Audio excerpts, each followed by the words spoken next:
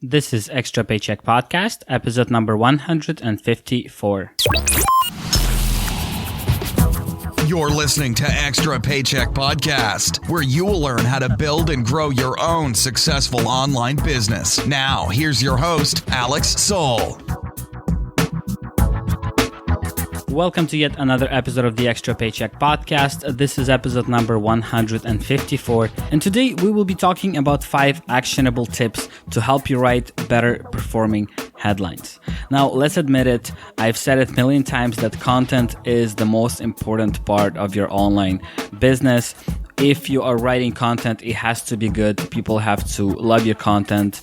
It has to be of very high quality, and that's very important. It's also important to market your content because simply writing it and leaving it somewhere online is not going to go far because there's so much content being created every single day. So you need to find a way to actually market that content, not only create it. And there is another piece to that puzzle, and it's headlines. Whenever you post content out there, you need to have a good headline. You need to have a reason for your potential reader or viewer or whatever to actually click on your article, to click on your link.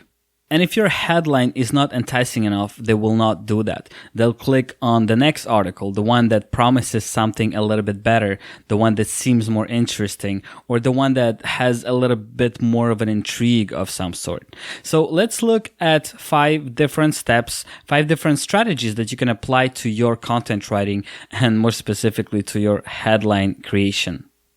Number 1, you need to create your headline before you actually create your content. Let it be an article, a video, a podcast episode, or anything else really. And to be honest, I don't always pay a lot of attention to that, unfortunately. And sometimes I see some of my articles or even my podcast episodes that, I thought were great, had really good information in them. And then a few months later, I somehow stumble upon that episode and I look at the headline and I don't understand why I wrote that headline. Often they're really short, they're not descriptive, and to be honest, they're not enticing. And I know that I should do better work. I should work harder on creating better headlines for whatever content I put out there, because I know that a bad headline is not going to make anyone click on that piece of content. I know that. I've been doing online marketing for 10 years now. I should be better at this, but unfortunately sometimes I'm in a different headspace and I forget that. I ignore the headlines, but I definitely shouldn't, and you shouldn't either. It's very important to write your headline first because then it'll give you better ideas on the actual content that you're going to create. When you write a headline, you're kind of making a promise to your audience, to your reader, to your listener, to your viewer. And once you have that promise kind of set, it's like a goal really. You have set this goal, you have set these expectations for them, and now you have to fulfill all of that. Once you have a really good and promising headline, you have to deliver with the rest. So in short, having a good and clear headline before creating the content will simply help you create better content. That's all there is. A good headline also explains to your audience what that piece of content is about. And if it explains it well in not that many words, then it's a great thing because people will be more compelled to click on it. And I'll give you just a simple example from the top of my head. If you wrote an article or did a YouTube video titled Ranking on Google, and in that video, you give a whole bunch of amazing strategies on how to improve your website, on how to improve your blog post in order to have a chance to rank well on Google. And you simply named that article or that video Ranking on Google. See, it's too general, and there are probably millions of articles that have the same exactly title, the same exactly headline. It doesn't make it very interesting. It's too general. I don't know what it's about, so I'm probably not gonna click on that. Unless I really appreciate content from a person who posted that article, chances are I'll simply skip over it. But if the article headline was something like 4 overlooked strategies that will help you rank on Google's front page, right? That's a lot more interesting. It actually promises to uncover these strategies that I probably have never heard of, or maybe that I forgot about. And these strategies are promising to rank on the first page of Google. Of course, I'm going to click on that if that's the kind of information I'm looking for. There is a much, much higher chance that I will click on that rather than on the previous headline that I mentioned, ranking on Google. Another reason for writing these descriptive headlines is to make your content more shareable. A lot of people, they share content with their friends or with their colleagues. They don't even read that content. They don't even know what the content is about really. But for example, if I am starting a YouTube channel and some of my friends know that I'm starting a YouTube channel, if somehow they stumble upon an article or a video that's called 7 Proven Ways to Increase the Number of Your YouTube Subscribers, there is a chance that they'll share that article with me. They're not going to read it. They're not going to view that video, but they know that because I am starting a new channel, this is the kind of information that will be relevant to me. And now let's imagine that the headline for that video, for that article was get more subscribers on YouTube. It sounds more boring, it's not as promising, and chances are my friends wouldn't share that with me simply because they wouldn't even notice that headline. I mean, they wouldn't notice that piece of content because the headline is so boring, it's not descriptive, it doesn't promise anything. Let's move to the second tip, and the tip is do not turn your headline into a clickbait headline. I think most people know what a clickbait headline is. If you haven't heard of that yet, it's the kind of headline that you see on a lot of low quality websites, and usually they have pretty high traffic, or used to have at least, because people used to click on those headlines. Now it's a little bit different. People are getting immune to those kind of headlines. People are starting to hate them and simply ignore them once again. And an example of such a headline would be, she opened the car door and you'd never believe what she saw inside. This kind of headline creates this suspense and this mystery, but if it's not giving me a preview of what the content is about, I'm gonna ignore that, because I know now from experience, and most of the people on this planet know, that those kind of headlines will usually lead you to a low quality website with a low quality content. You will click on that because it sounds intriguing and mysterious and interesting, but after just 30 seconds, you'll realize that it was a lazy effort to get you on that website, and the story behind that headline does not deliver. It's not good content. And as time goes by, more and more people ignore those kind of headlines. So don't go for a clickbait headline. Another reason to not go for a clickbait headline is because you're trying to trick your readers to click on your content. And if you try to trick them and you don't deliver on the promise, you will probably lose those readers or viewers forever. They're gonna know that you use clickbait titles, and they're simply not going to come back to your website or to your channel. When building an online presence for your blog, for your website, for your business, you are trying to gain a loyal following online, and you're not going to gain that loyal following if your content doesn't deliver and if you're trying to trick your audience. People don't like that, so stay away from clickbait. Tip number 3 is using those typical words that you'll find in good headlines. One of the biggest ones is how to. If you look at my Google search, probably half of my searches start with how to. How to do something, how to achieve something, how to fix something, how to create something. It's always how to. And how to is important because it solves a problem of some sort. And starting your headline with how to is a good idea because this usually means that you are solving a problem of some sort for that person. How to finally lose 20 pounds. How to finally overcome anxiety and live a happier life. How to write better headlines in 3 easy steps. You see where I'm going with this? So using how to in your headline could be a great idea. Another thing that you can use in your headlines is numbers, because people love lists and people seem to like it when you are giving a very specific number of whatever it is you're giving them in your article. So 7 strategies, 4 shortcuts, 5 tips. People like that, and you should use that.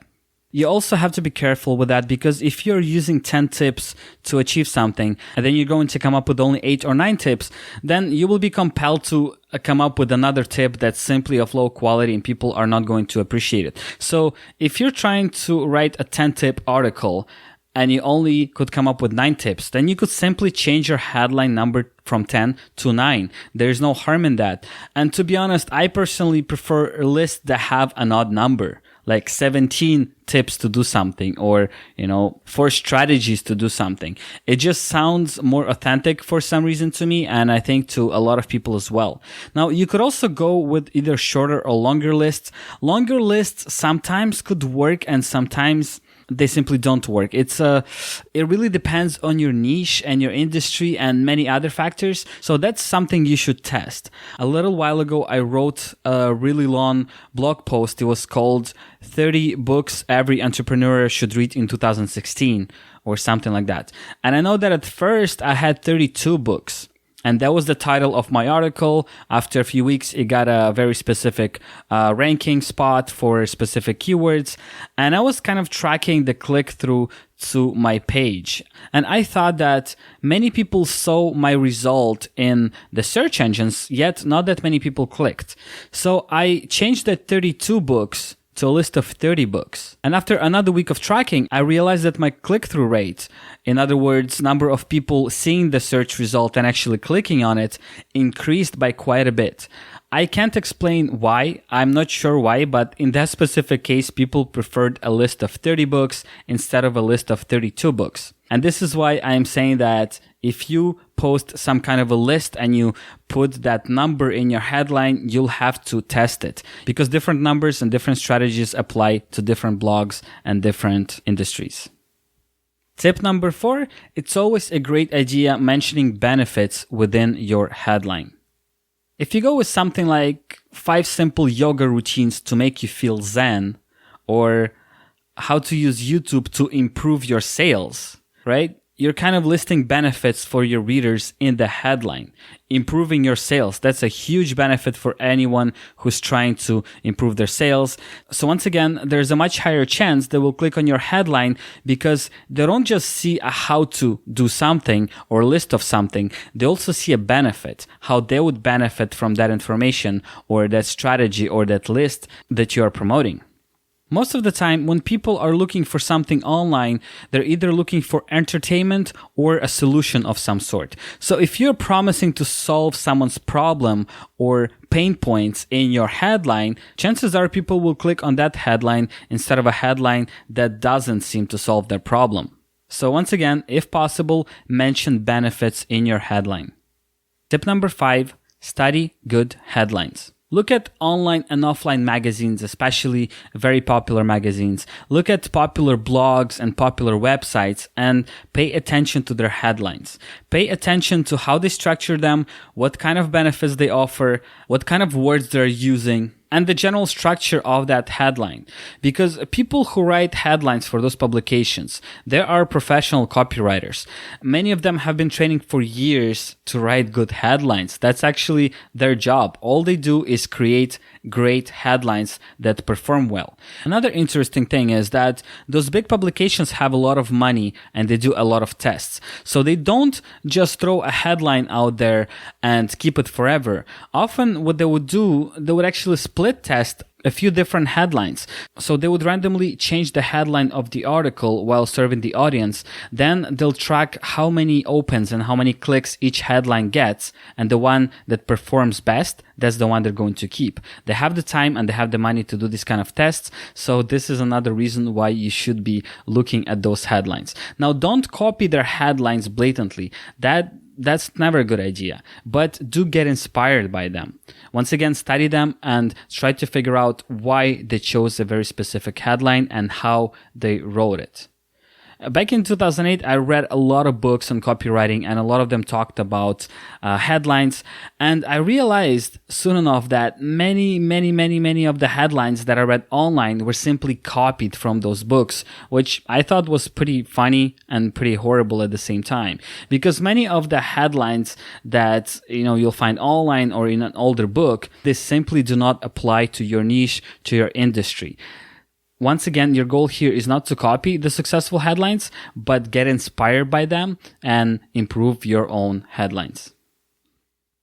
I have one extra tip here, and this is something that's a little bit more personal to me. So whenever I look for information or how-to articles, I usually pay a lot more attention to headlines that have words case study or actual results or anything of that sort. That works best for me. There's a lot of content that's just theory and hypothetical, and people can't really prove that whatever they're teaching me actually works. But if I see words like case study, then I know that somebody has actually done something and now shares the real result of what happened. So if you're posting content that's an actual case study, make sure to mention that in the headline, and I can almost guarantee that more people will be attracted to click on that headline because they know the results or the information in that piece of content is actually real and came from something that was done by you or someone else.